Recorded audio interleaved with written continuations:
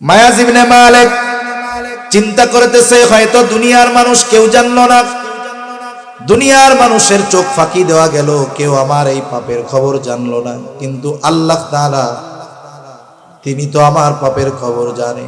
দুনিয়ায় হয়তো বেঁচে গেলাম, কিন্তু আখিরাতে কি হবে?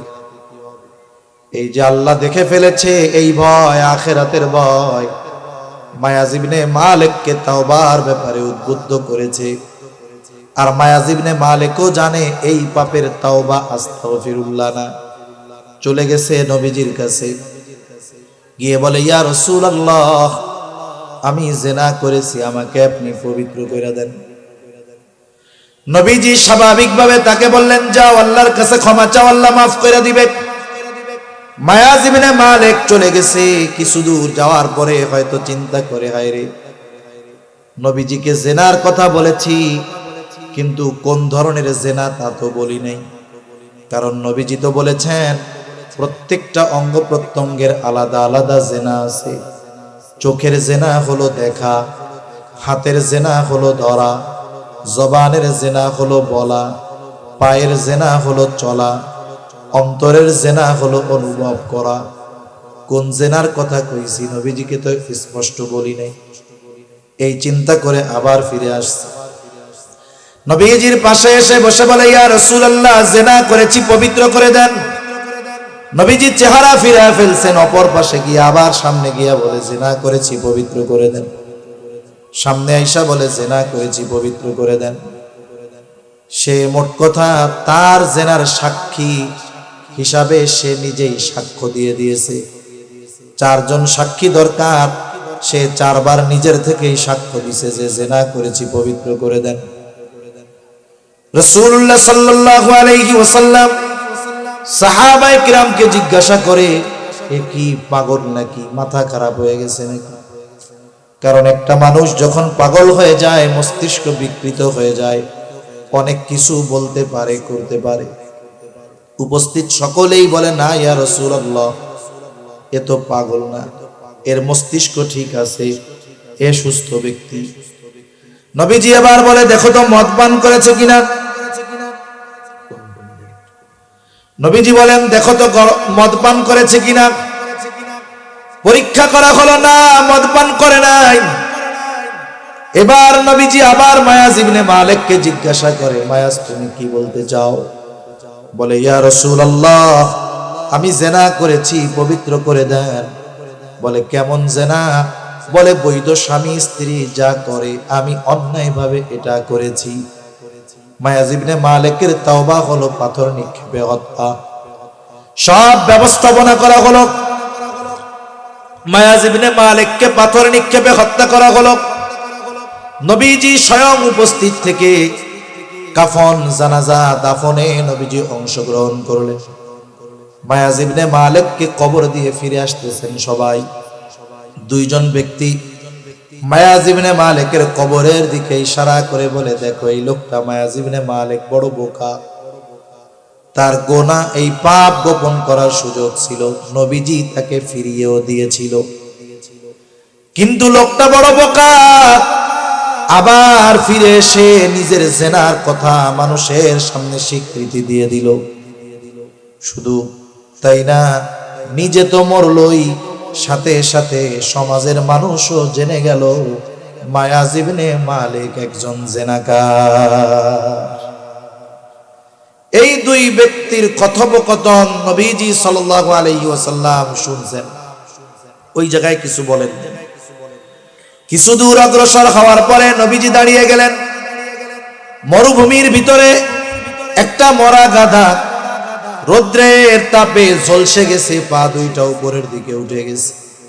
নবীজি ওখানে দাঁড়িয়ে বলতেছেন, ওই দুই ব্যক্তি কোথায়? এবার নবীজির সামনে তারা আসলো। নবীজি বলে, যাও, ওই যে মরা গাধা, এটার গোশত খাও। দুইজন বলে, ইয়া রাসূলুল্লাহ, মরা গাধার গোশত খাওয়া যায় নাকি? নবীজি বলেন, তোমরা দুইজন তোমাদের ভাই মায়াজ ইবনে মালিকের গীবত করেছো। বলে, ইয়া রাসূলুল্লাহ, আমরা তো সত্য কথাই কইছি। নবীজি বলেন, শোনো, মায়াজ ইবনে মালিক যদিও শয়তানের ধোঁকায় পড়ে গুনাহ করেছে, গুনাহ গোপন করার সুযোগ ছিল, কিন্তু আল্লাহ তাআলার ভয়, আখিরাতের ভয় তাকে তাওবার ব্যাপারে উদ্বুদ্ধ করেছে। গোপন করার সুযোগ থাকার পরেও করে নাই। মায়াজ ইবনে মালিক তাওবা করেছে। আমি তো মায়াজ ইবনে মালিককে দেখতেছি জান্নাতের মধ্যে চলতেছে। সুবহানাল্লাহ বলে। শুইনা রাখো, মায়াজ ইবনে মালিক জিনা করেছে ঠিক, কিন্তু পরকালের ভয়, আল্লাহর ভয় তাকে গুনাহ গোপন রাখতে দেয় নাই। সে তাওবা করেছে, তার তাওবা আল্লাহ তাআলার কাছে কবুল হয়েছে। কত পছন্দনীয় হয়েছে মায়াজ ইবনে মালিকের তাওবা। নবীজি বলেন, মায়াজ ইবনে মালিকের তাওবা যদি কোনো সম্প্রদায়ের মধ্যে বন্টন করে দেওয়া হয়, ওই সম্প্রদায়ের, ওই কওমের সকল পাপীর নাজাতের জন্য মায়াজ ইবনে মালিকের তাওবা যথেষ্ট হয়ে যাবে। যেই হাদিস খানা আপনাদের খেদমতে পাঠ করেছি, এটা নবীজির সুন্দর এক নসিহত মাখা হাদিস।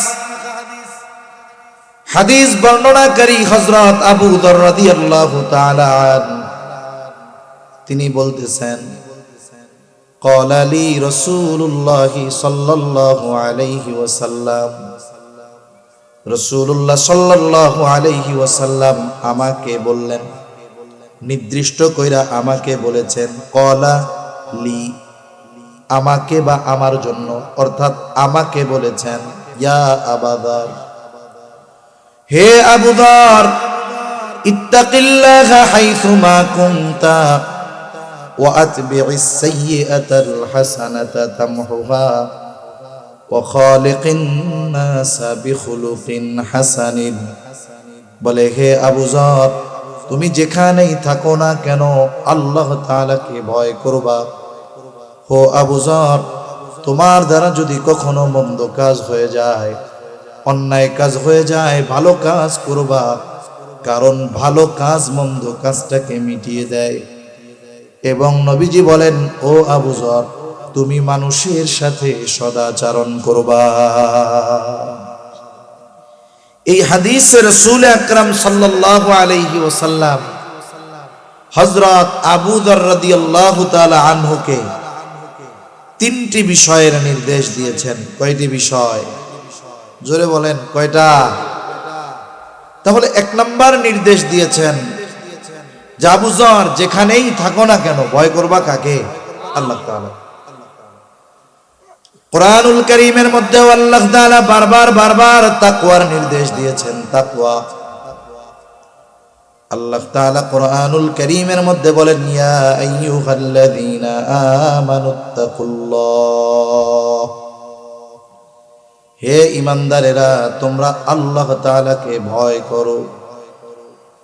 হাক্কা তুকাতিহি ওয়া লা তামুতুন্না ইল্লা ওয়া আনতুম মুসলিমুন।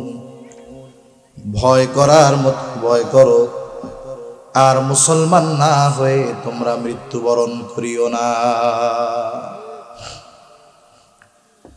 কুরআনুল কারীমের অন্যতম একটি বৈশিষ্ট্য হলো, কোরআনে আল্লাহ তাআলা শুধু বান্দাদেরকে কোনো কর্মের আদেশ দেন এমনটা নয়, বরং ওই আদেশ দেওয়ার সাথে সাথে ওই আদেশ আমলে পরিণত করার পদ্ধতিও বলে দেন কে?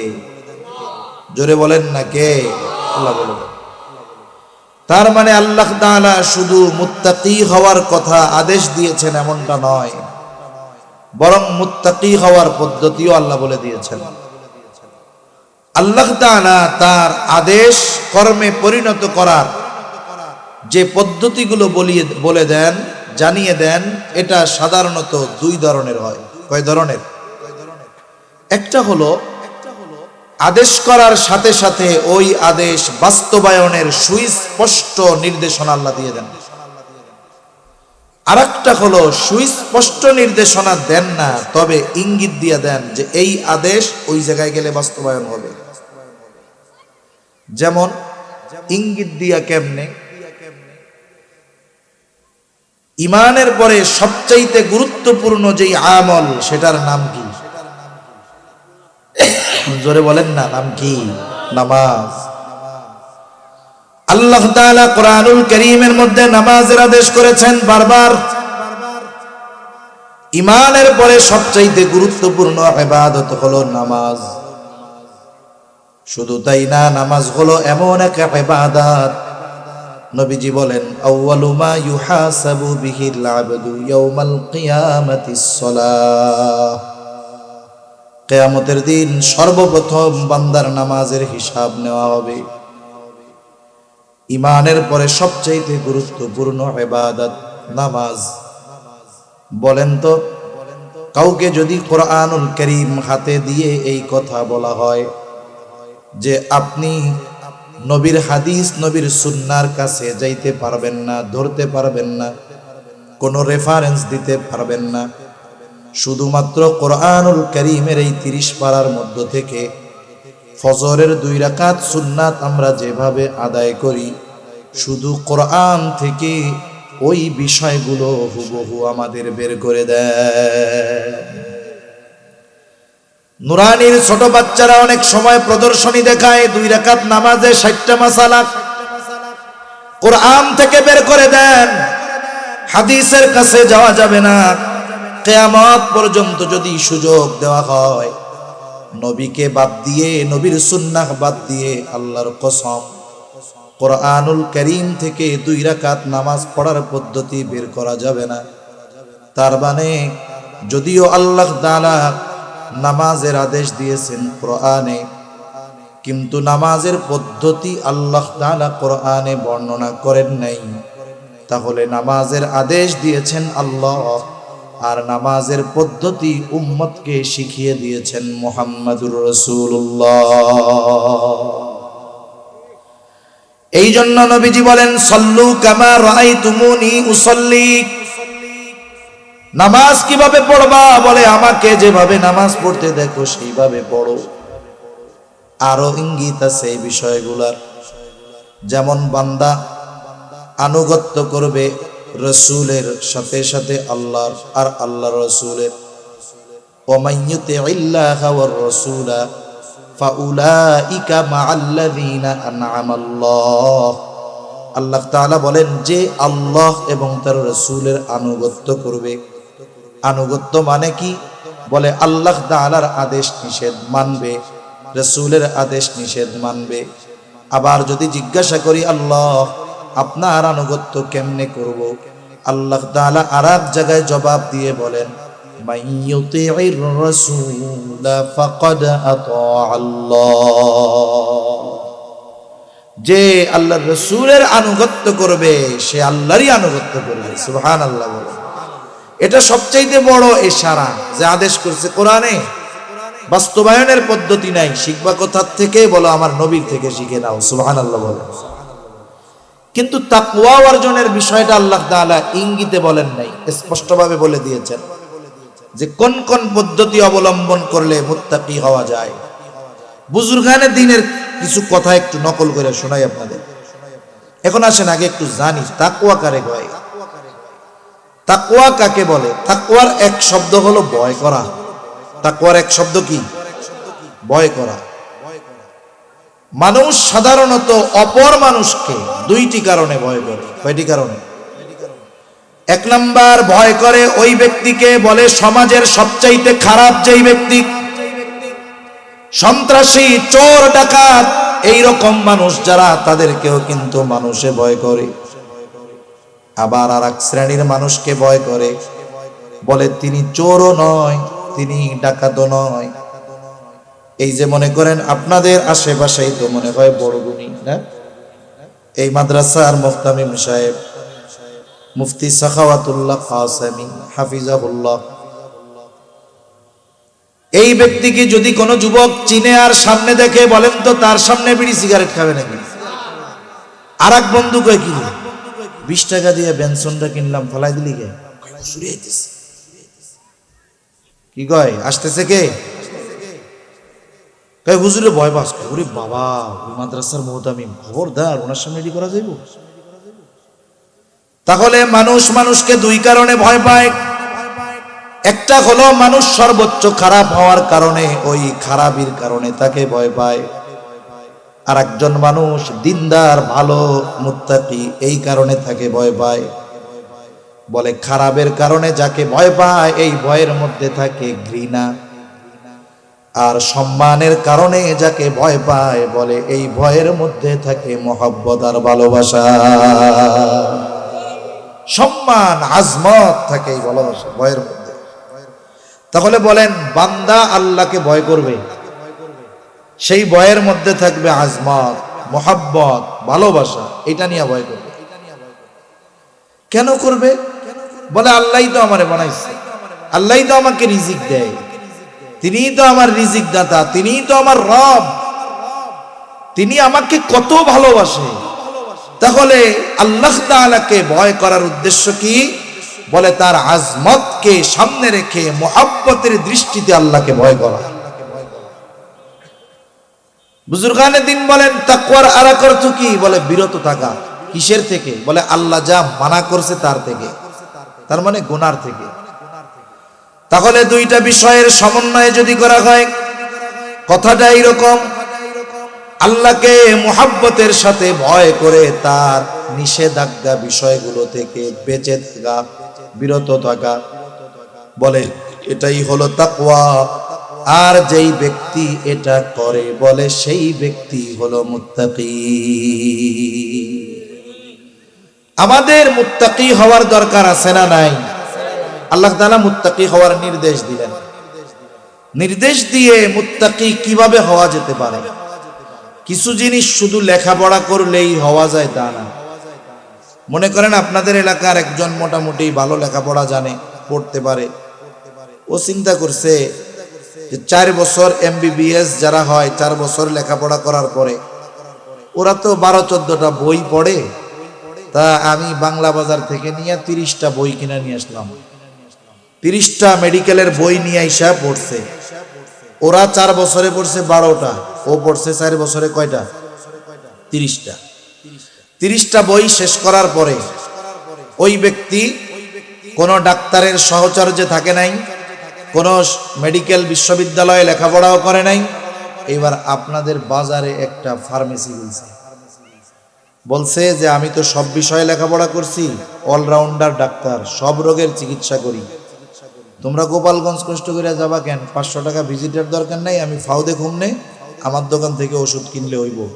বলেন তো, যে ব্যক্তি জানে যে ও কোনো ডাক্তারের সাথে থাকে নাই, কোনো মেডিকেল কলেজে পড়ে নাই, ওর কাছে জ্বরের ট্যাবলেট কেনার জন্য ডরে কেউ যাবে না, ঠিক কিনা বলেন?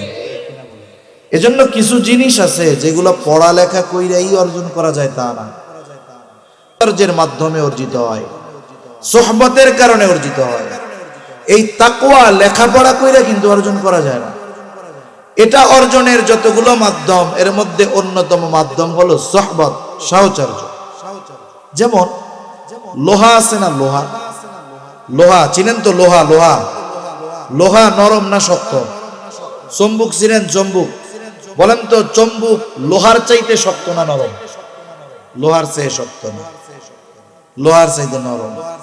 কিন্তু চম্বুকের মধ্যে একটা গুণ আছে। বলে কি গুণ? বলে ও লৌহজাত দ্রব্যকে আকর্ষণ করতে পারে, টাইনে ধরে, টাইনে ধরে, টাইনে নই আসে, যে যাই হোক আকর্ষণ করে, টেনে নিয়ে আসে। এখন লোহা যদি চিন্তা করে ও হলো আমার চাইতে দুর্বল, ওর মধ্যে এই গুণ, এটা তো মেনে নেওয়া যায় না। এখন লোহা যদি নিজে নিজে চিন্তা করে আমি একা একা চম্বুকের এই গুণ অর্জন করব, এটা কি কিয়ামত পর্যন্ত সম্ভব?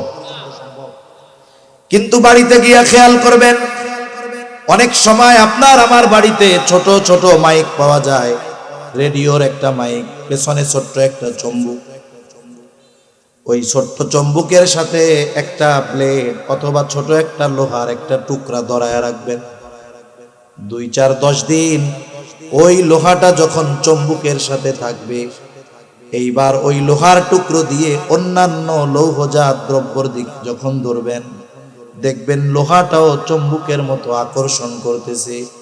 বলে লোহা, তোমার মধ্যে তো অন্য লোহাকে আকর্ষণ করার যোগ্যতা ছিল না, কেমনে পাইছো? লোহা জবাবে বলবে আমি এই আকর্ষণ পেয়েছি চম্বুকের সাহচর্য গ্রহণ করার কারণে।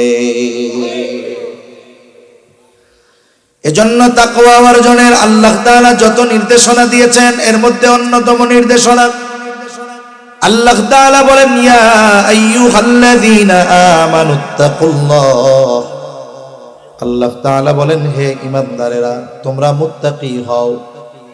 মুত্তাকি কারা একটু আগেই কইছি। এখন আমরা যদি আল্লাহ তাআলাকে প্রশ্ন করি আল্লাহ মুত্তাকি কেমনে হব একটু বইলা দেন। আল্লাহ তাআলা বলেন ওয়াকুনু মা'আস সাদিকিন, বান্দা তুমি যদি মুত্তাকি হতে চাও সত্যবাদীদের সঙ্গী হয়ে যাও। এখানে আল্লাহ তাআলা আবেদিন বলেন নাই যে যারা ইবাদত করে তাদের সঙ্গী হও। আল্লাহ তাআলা সাদিকিন কেন বলছেন? বলে সত্যবাদিতার গুণ হইল এমন এক গুণ যার মধ্যে বাকি সব ভালো গুণ অন্তর্ভুক্ত থাকে। সুবহানাল্লাহ বলেন।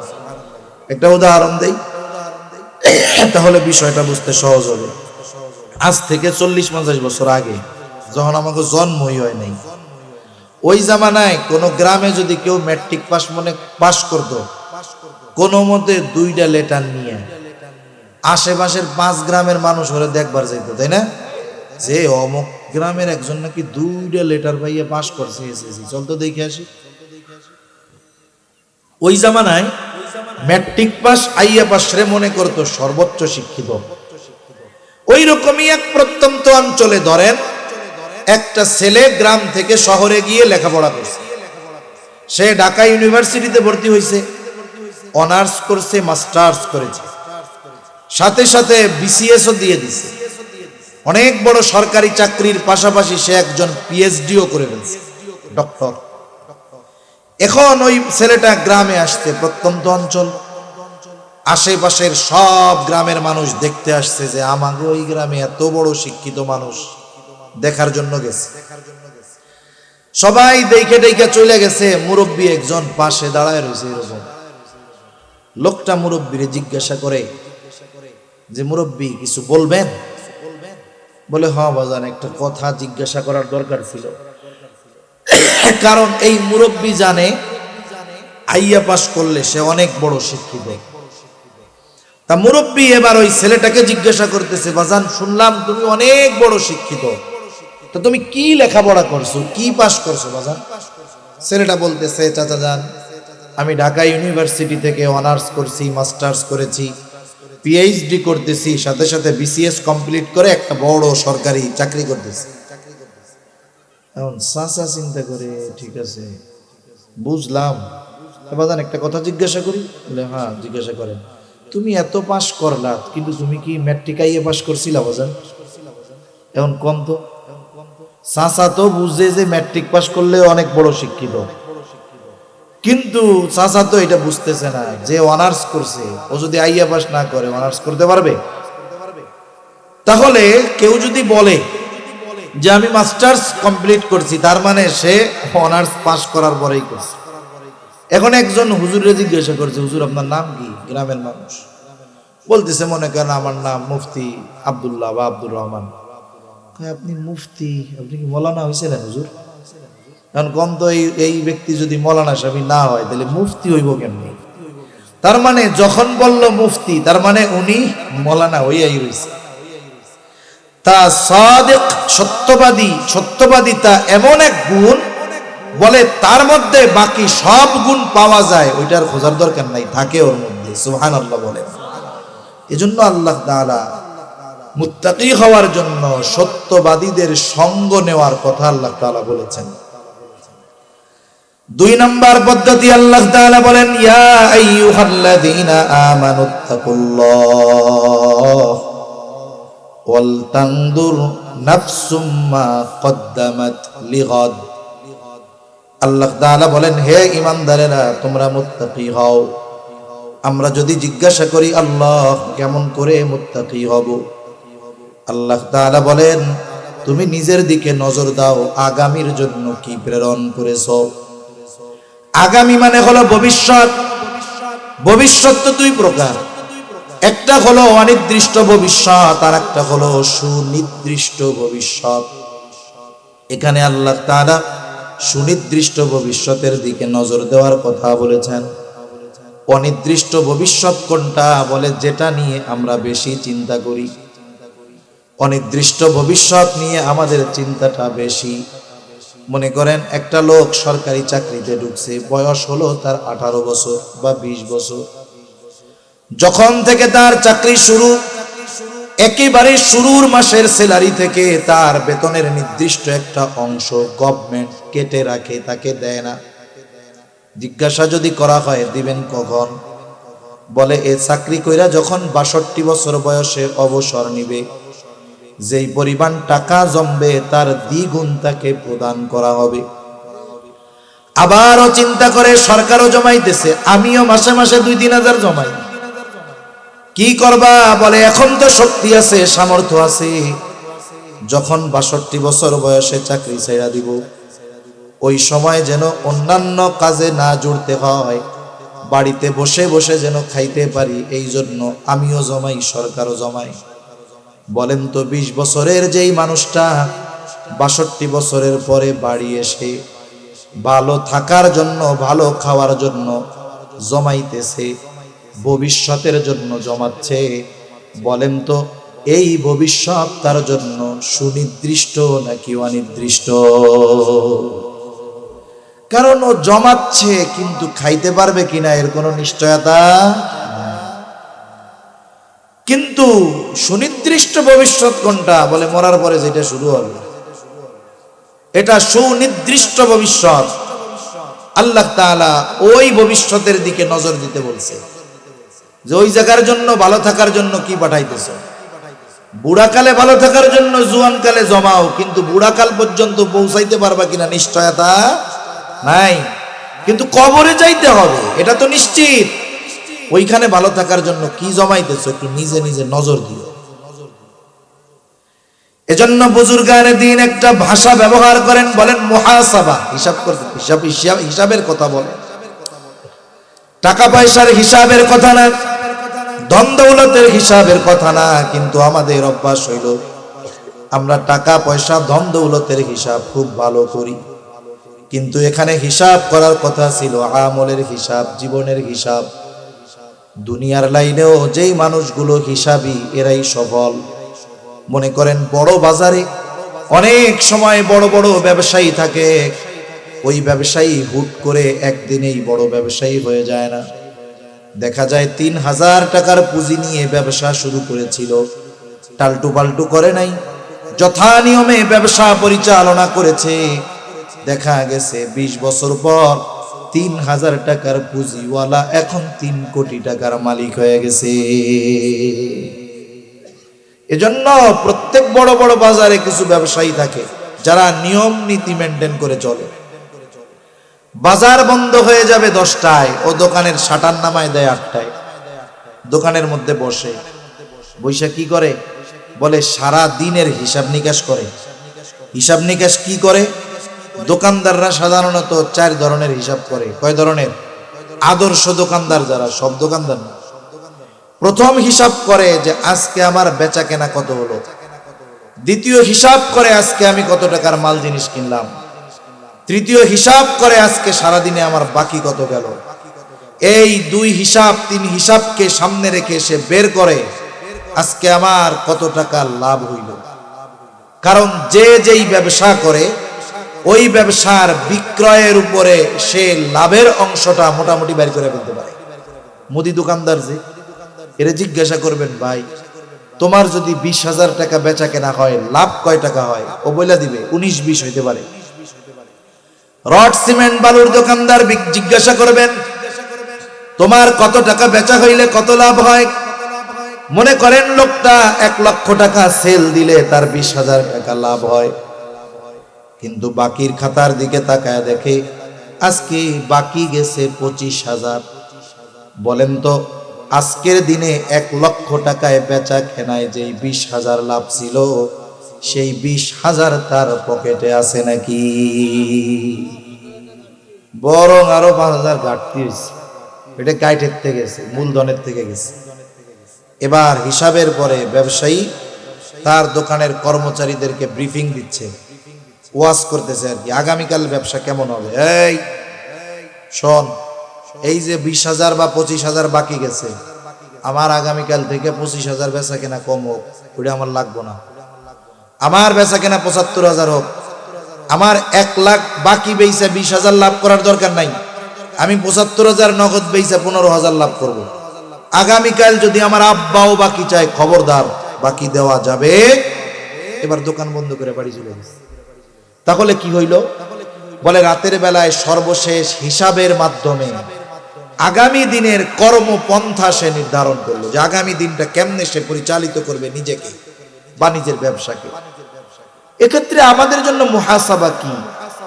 আমাদের জন্য মুহাসাবা হইল, রাতে যখন ঘুমাইতে যাব, বালিশের সাথে মাথা দিছি, সুন্দর মতো মোবাইলটা নিব, ঠিক আছে না?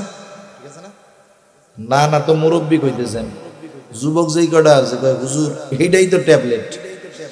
এখন মোবাইল যদি নেওয়া হয় তাহলে নিজেরও ক্ষতি, সাথে সাথে সাথে বাচ্চা কাচ্চা থাকলে তারও ক্ষতি।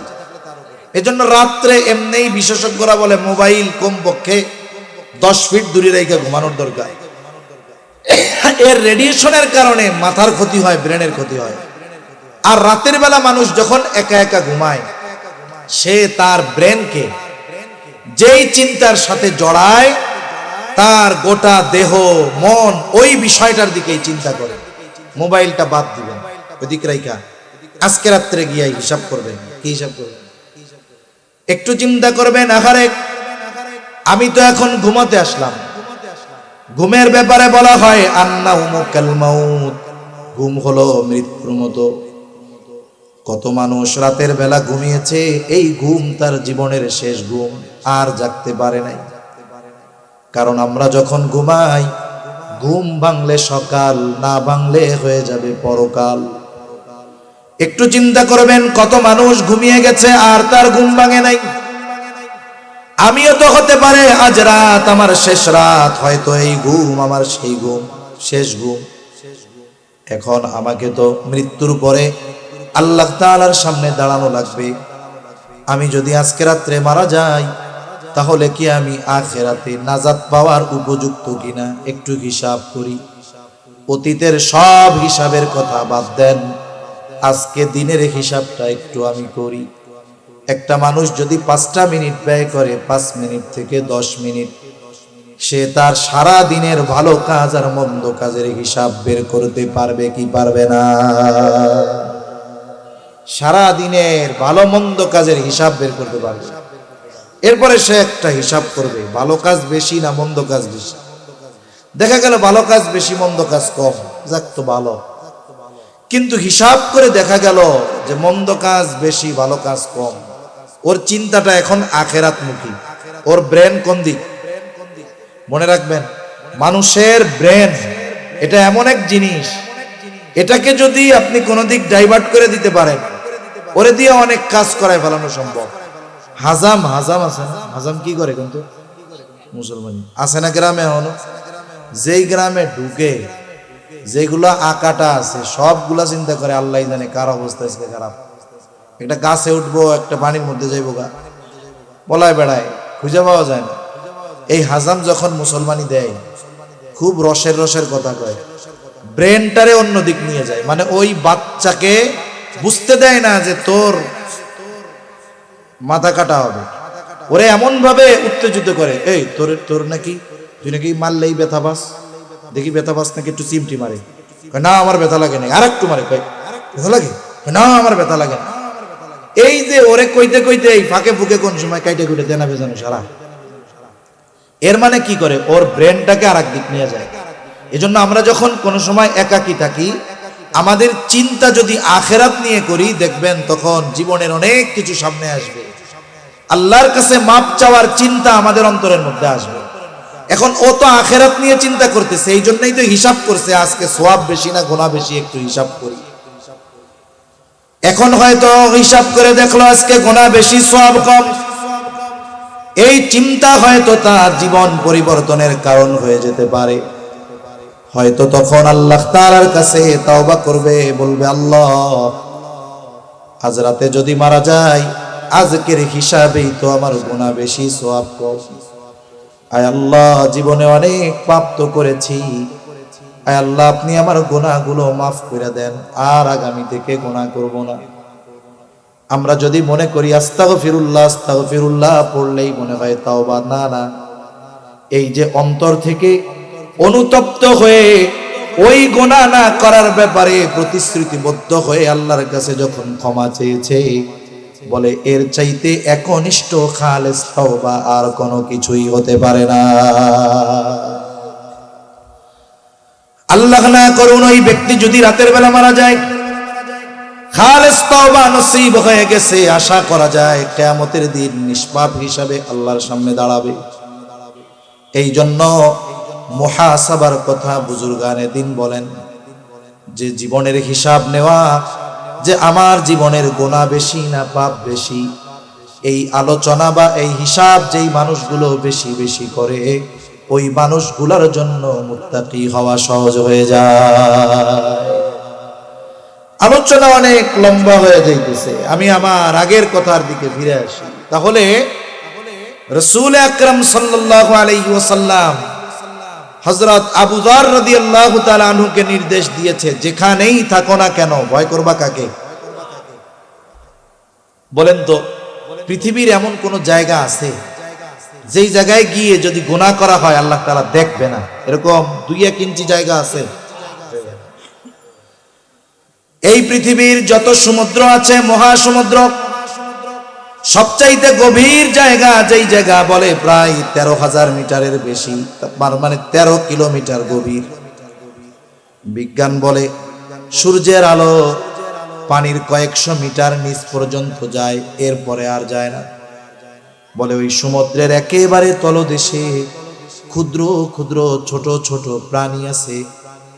ওই সমুদ্রের তলে আমাবস্যার অন্ধকারের চাইতেও বেশি অন্ধকার। বলে ওই সমুদ্রের একেবারে তলদেশে ওই জায়গায় কিছু প্রাণী চলাচল করে বালুর উপরে, সমুদ্রের নিচে। ওই প্রাণীগুলো মানুষ দেখতে পারে না।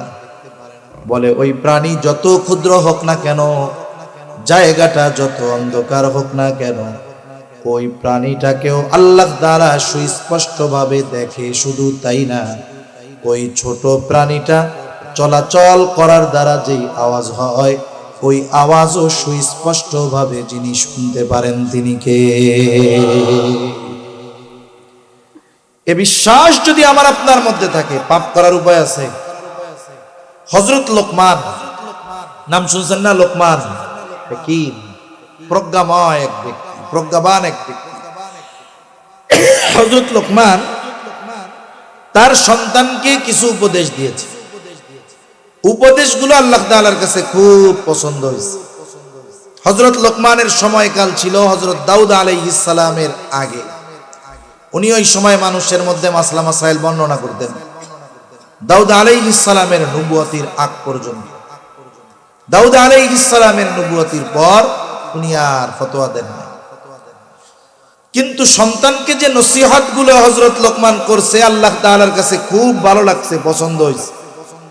আল্লাহ তাআলা হযরত লোকমানের এই উপদেশগুলো দাউদ আলাইহিস সালামের জবুরে নাজিল করেন নাই, মূসা আলাইহিস সালামের তাওরাতে নাজিল করেন নাই,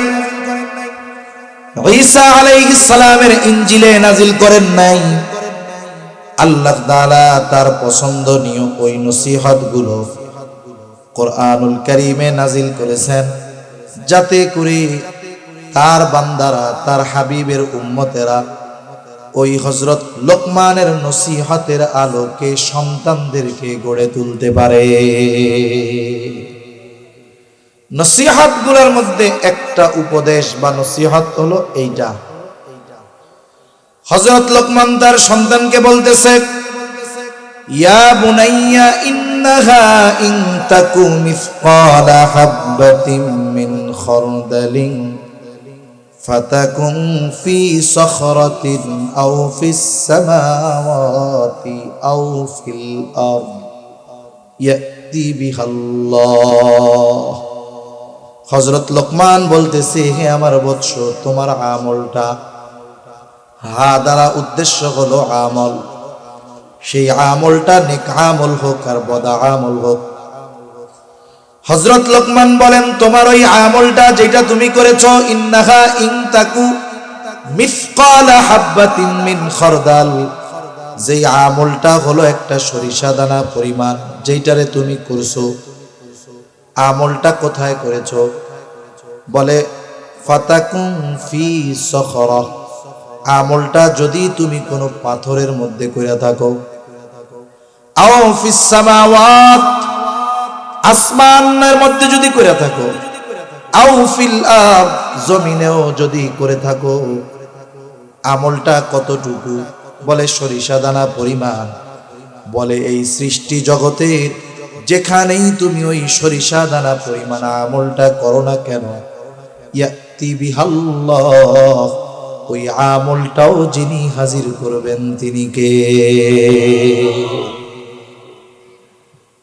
এই আয়াতের তাফসীরে হযরত আনাস রাদিয়াল্লাহু তাআলা আনহু থেকে হাদিস আসছে, রাসূলুল্লাহ সাল্লাল্লাহু আলাইহি ওয়াসাল্লাম বলেন যে কেউ যদি এমন কোন পাথরের মধ্যে গিয়ে আমল করে, বলে কেমন পাথর? বলে যেই পাথরে ঢোকার বের হওয়ার কোনো দরজা নেই, যেই পাথরে ঢোকার জায়গা নাই, বের হওয়ার জায়গা নাই, ওটার মধ্যে কি যাওয়া সম্ভব? জোরে বলেন সম্ভব? অসম্ভব। এই অসম্ভবও যদি কেউ সম্ভব করে ফেলে, ওইখানে গিয়েও যদি কেউ সরিষা দানা পরিমাণ আমল করে, হাজির করবে কে? জোরে বলেন না কে? আল্লাহ।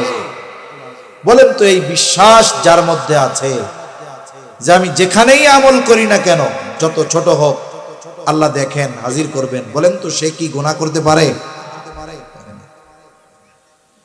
আল্লাহ তাআলা তো আমাকে আপনাকে সর্বহালতে দেখতেছেন। আল্লাহ তাআলা বলেন ওয়ালাকাদ খালাকানাল ইনসানা ওয়া না'লামু মা তুওয়াসওয়িসু বিহি নাফসু ওয়া নাহনু আকরাবু ইলাইহি মিন হাবলিল ওয়ারিদ। আল্লাহ তাআলা বলেন আমি মানুষ সৃষ্টি করেছি, শুধু তাই না, ওয়া না'লামু মা তুওয়াসওয়িসু বিহি নাফসু, আমি জানি কোন জিনিস তাদের অন্তরের মধ্যে ওয়াসওয়াসা দেয়। আধুনিক চিকিৎসা অনেক উন্নত, আপনি এখনো অসুস্থ হন নাই, কিন্তু আপনার একটু জানতে মন চায় আমার কিডনিটা কতটুকু ভালো আছে, আপনার জানতে মন চায় আমার লিভারটা কতটুকু ভালো আছে, আপনার জানতে মন চায় আপনার হার্ট কতটুকু ভালো আছে। আপনাকে আমাকে মেশিনের মধ্যে ভরে দেওয়া হবে, কয়েক মিনিটের মধ্যে রিপোর্ট বের হয়ে যাবে, কিডনি এখনো এত পার্সেন্ট ভালো, কিডনির পয়েন্ট এইটা, হার্টের মধ্যে কোনো ব্লক নাই, ভালো আছে, লিভারে এখনো চর্বি টর্বি জমে নাই, অসুবিধা নাই। তার মানে অসুস্থ হওয়ার আগে শরীরের গুরুত্বপূর্ণ অঙ্গ প্রত্যঙ্গগুলোর ব্যাপারে খবর পাওয়া যায়। বলেন তো এই পৃথিবীতে এমন কোন মেশিন নাজিল হয়েছে নাকি, আবিষ্কৃত হয়েছে নাকি, যেই মেশিনের মধ্যে আমাকে আপনাকে যদি ঢুকিয়ে দেওয়া হয়, আমার আপনার অন্তরে কি কথা আছে সেটা প্রিন্ট হয়ে বের হয়ে আসবে? আছে? মেশিন ঠিক নাই, কিন্তু আল্লাহ তাআলার কাছে ওই খবর আছে না নাই?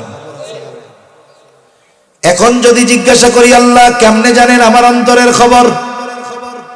আল্লাহ তাআলা বলেন ওয়া নাহনু আকরাবু ইলাইহি মিন হাবলিল ওয়ারিদ।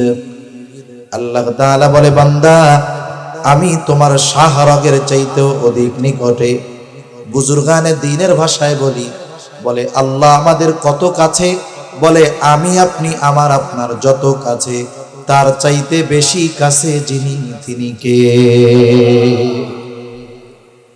যে আল্লাহ আমাকে এমন ভাবে পরিবেষ্টন করে রেখেছেন, সেই আল্লাহ দেখতেছে আর আমি গুনাহ করতেছি। অথচ আমি গুনাহ করতেছি, এটা যদি আমার বাপ দেখে ফেলার সম্ভাবনা থাকে, লজ্জায় গুনাহ করব না। আমি অন্যায় করতেছি, প্রশাসন জেনে যেতে পারে, ভয়ে আমি পাপ করব না। অথচ বান্দার সবচাইতে বেশি লজ্জা এবং ভয় কাকে করার দরকার ছিল? জোরে বলেন, আল্লাহ তাআলাকে দরকার ছিল।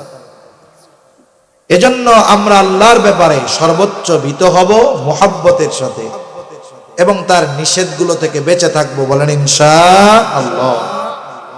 কারণ একটা মানুষ যদি পরিপূর্ণভাবে আল্লাহর ভয় অন্তরে আনতে পারে, মানুষটা পাপের কারণে যদি জীবনও দিতে হয় সে পিছু হটে না। হাজার বছর আগের কথা বলার দরকার নাই। আমেরিকা এই আফগানিস্তান থেকে পালানোর আগে, বেশ কয়েক বছর আগে একটা মহিলা জেনা করে ফেলেছে, বিবাহিত মহিলা। মহিলার মধ্যে অনুশোচনা জাগ্রত হয়েছে। সে খুঁজতেছে আমি কোথায় গিয়ে আমার এই পাপের হাকিকি তওবা করতে পারবো।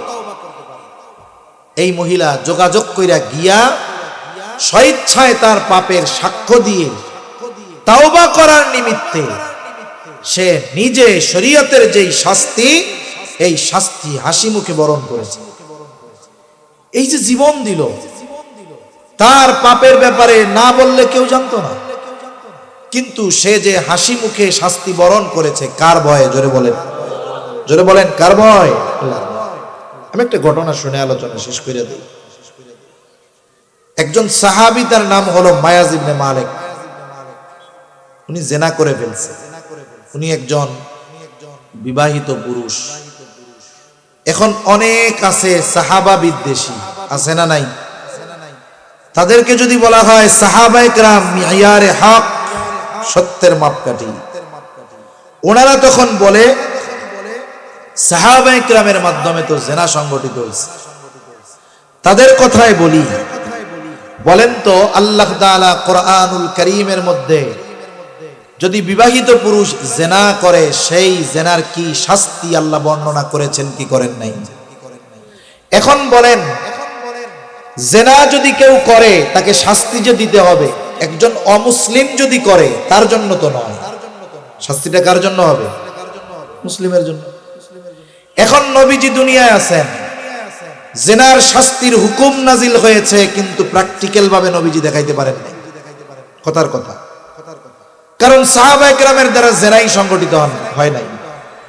তবে যদি ওই শাস্তি প্র্যাকটিক্যাল দেখাতে হয়, জেনা সংগঠিত হতে হবে সাহাবায়ে কেরামের মাধ্যমে, এছাড়া আর উপায় আছে কোন? যারা নবীজিকে ঈমান অবস্থায় দেখছে তারাই তো সাহাবী, ঈমান অবস্থায় মারা গেছে এরাই তো সাহাবী। এজন্য আল্লাহ তাআলা লক্ষাধিক সাহাবায়ে কেরামের মধ্যে, লক্ষ লক্ষ সাহাবায়ে কেরামের মধ্যে এক দুইটা ব্যতিক্রম ধর্মী ঘটনা ঘটিয়েছেন। কেন? বলে নবীজির কাছে শাস্তির যেই বিধান আল্লাহ নাজিল করেছেন, এই বিধানটা বাস্তবে প্রয়োগ নবীর মাধ্যমে দেখানোর জন্য। তাদের দ্বারা জেনা সংগঠিত হয়েছে ঠিক, এর দ্বারা তাদের মর্যাদা কমে যায় নাই, বরং এই তাওবার কারণে আল্লাহর কাছে মর্যাদা আরো বেড়ে গেছে। ঠিক কিনা বলেন? কারণ বনি আদমের দ্বারা গুনাহ হতেই পারে। নবীজি বলেন প্রত্যেকটি বনি আদম পাপী, তবে সর্বোত্তম পাপীকে যে পাপের উপরে অটল থাকে সে নয়, বলে যে তাওবা করে সে হইল উত্তম পাপী। তা মায়াজ ইবনে মালিকের দ্বারা জেনা সংগঠিত হয়েছে। এখন জেনার কোনো সাক্ষী নেই।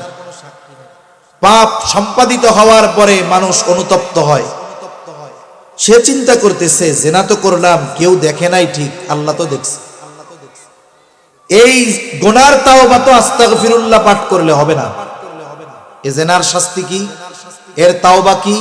বলে এর তাওবা হলো তাকে মাটিতে গেঁথে পাথর মেরে হত্যা করা হবে। মায়াজ ইবনে মালিক চিন্তা করতেছে হয়তো দুনিয়ার মানুষ কেউ জানলো না, দুনিয়ার মানুষের চোখ ফাঁকি দেওয়া গেল, কেউ আমার এই পাপের খবর জানলো না, কিন্তু আল্লাহ তাআলা তিনি তো আমার পাপের খবর জানে। দুনিয়ায় হয়তো বেঁচে গেলাম, কিন্তু আখিরাতে কি হবে? এই যে আল্লাহ দেখে ফেলেছে, এই ভয়, আখিরাতের ভয় মায়াজ ইবনে মালিককে তাওবার ব্যাপারে উদ্বুদ্ধ করেছে। আর মায়াজ ইবনে মালিকও জানে এই পাপের তাওবা আস্তাগফিরুল্লাহ না।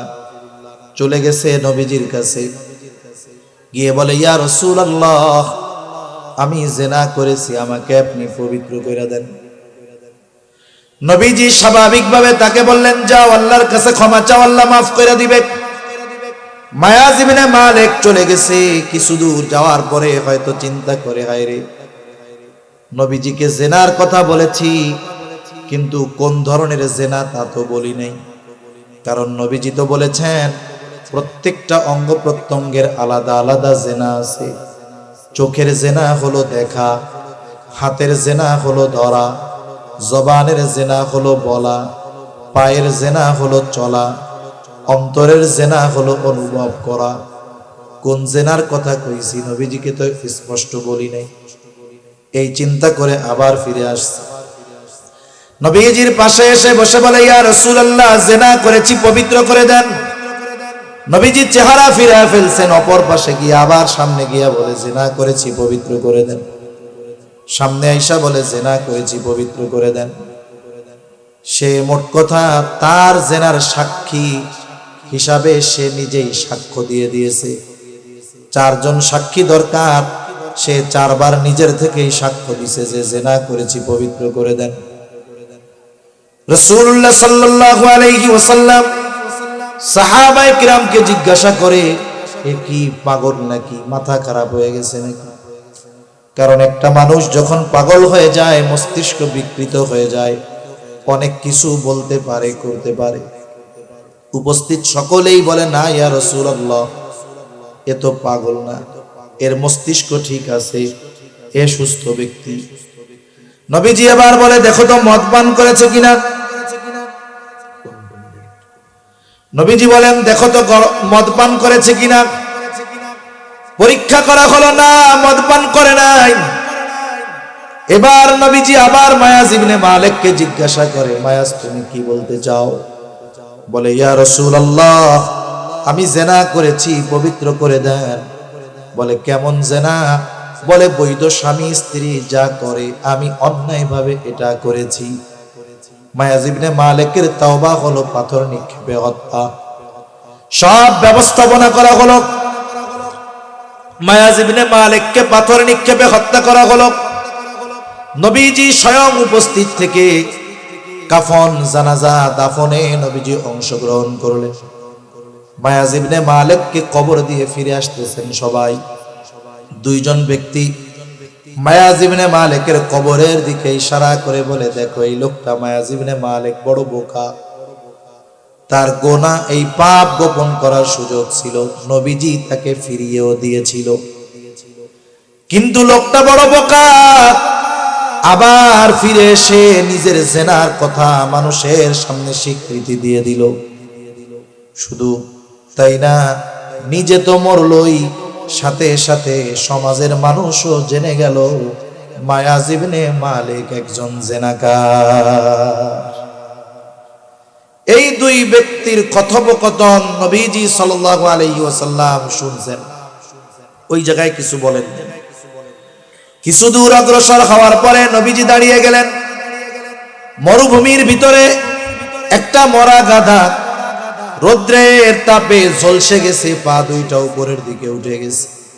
নবীজি ওখানে দাঁড়িয়ে বলতেছেন, ওই 2 ব্যক্তি কোথায়? এবার নবীজির সামনে তারা আসলো। নবীজি বলে, যাও, ওই যে মরা গাধা, এটার গোশত খাও। 2 জন বলে, ইয়া রাসূলুল্লাহ, মরা গাধার গোশত খাওয়া যায় নাকি? নবীজি বলেন, তোমরা 2 জন তোমাদের ভাই মায়াজ ইবনে মালিকের গীবত করেছো। বলে, ইয়া রাসূলুল্লাহ, আমরা তো সত্য কথাই কইছি। নবীজি বলেন, শোনো, মায়াজ ইবনে মালিক যদিও শয়তানের ধোঁকায় পড়ে গুনাহ করেছে, গুনাহ গোপন করার সুযোগ ছিল, কিন্তু আল্লাহ তাআলার ভয়, আখিরাতের ভয় তাকে তাওবার ব্যাপারে উদ্বুদ্ধ করেছে। গোপন করার সুযোগ থাকার পরেও করে নাই। মায়াজ ইবনে মালিক তাওবা করেছে। আমি তো মায়াজ ইবনে মালিককে দেখতেছি জান্নাতের মধ্যে চলতেছে। সুবহানাল্লাহ বলে। শুইনা রাখো, মায়াজ ইবনে মালিক জিনা করেছে ঠিক, কিন্তু পরকালের ভয়, আল্লাহর ভয় তাকে গুনাহ গোপন রাখতে দেয় নাই। সে তাওবা করেছে, তার তাওবা আল্লাহ তাআলার কাছে কবুল হয়েছে। কত পছন্দনীয় হয়েছে মায়াজ ইবনে মালিকের তাওবা। নবীজি বলেন, মায়াজ ইবনে মালিকের তাওবা যদি কোনো সম্প্রদায়ের মধ্যে বন্টন করে দেওয়া হয়, ওই সম্প্রদায়ের, ওই কওমের সকল পাপীর নাজাতের জন্য মায়াজ ইবনে মালিকের তাওবা যথেষ্ট হয়ে যাবে। এজন্য একটা ব্যক্তি যখন বাস্তবে মুত্তাকি হয়ে যায়, সে তার দ্বারা গুনাহ হয়ে গেলেও গুনার উপরে সে অটল থাকে না।